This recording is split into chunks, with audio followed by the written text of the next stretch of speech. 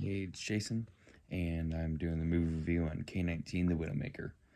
In 1961, the Russians launched their first nuclear submarine amidst a time period where nuclear warheads were being produced at an alarming rate.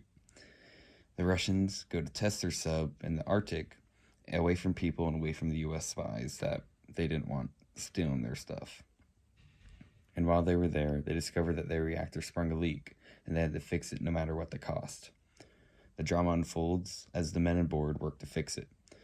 They eventually get it fixed enough, and by that time, they're able to be towed back to the USSR and back to the mainland. This movie takes some liberties and when going into the physics of all of it, mainly just kind of for entertainment, you can tell, but for the audience, but for what they did say, that they did have a leak, which means they're losing pressure, and with no pressure means no water, and with no water means everything will melt down if they cannot figure out what to do. A misconception that is brought up in the movie is that they think that, or they say that everything will explode kind of like an atomic bomb would instead of a meltdown. Atomic bombs, they're made differently in a way that it's very precise of when they actually explode and go off.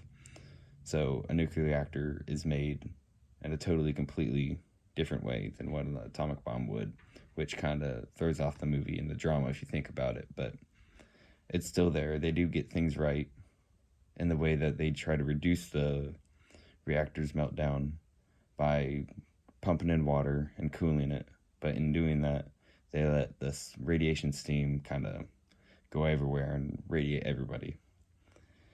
Ethically, they didn't really see anything that I would consider unethical on board the sub. For what they do, they had to do it for themselves, the crew, and they didn't really do anything that purposely harmed another. It's just kind of orders from a higher power, which is where the movie does get a little unethical if you think about it with the Cold War and how countries were kind of, especially the United States and the Russia, USSR, they really just kind of relied on and focused on nukes and having the best nuke and the best way to kill every other country, which as a big picture, big scale, isn't ethical, but from what the movie really focused on was the sub, so I don't think anything's really unethical, truly.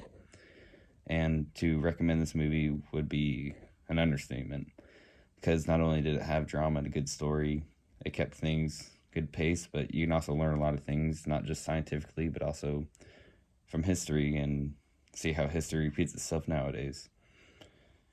That's it. That's the movie review. Thank you very much.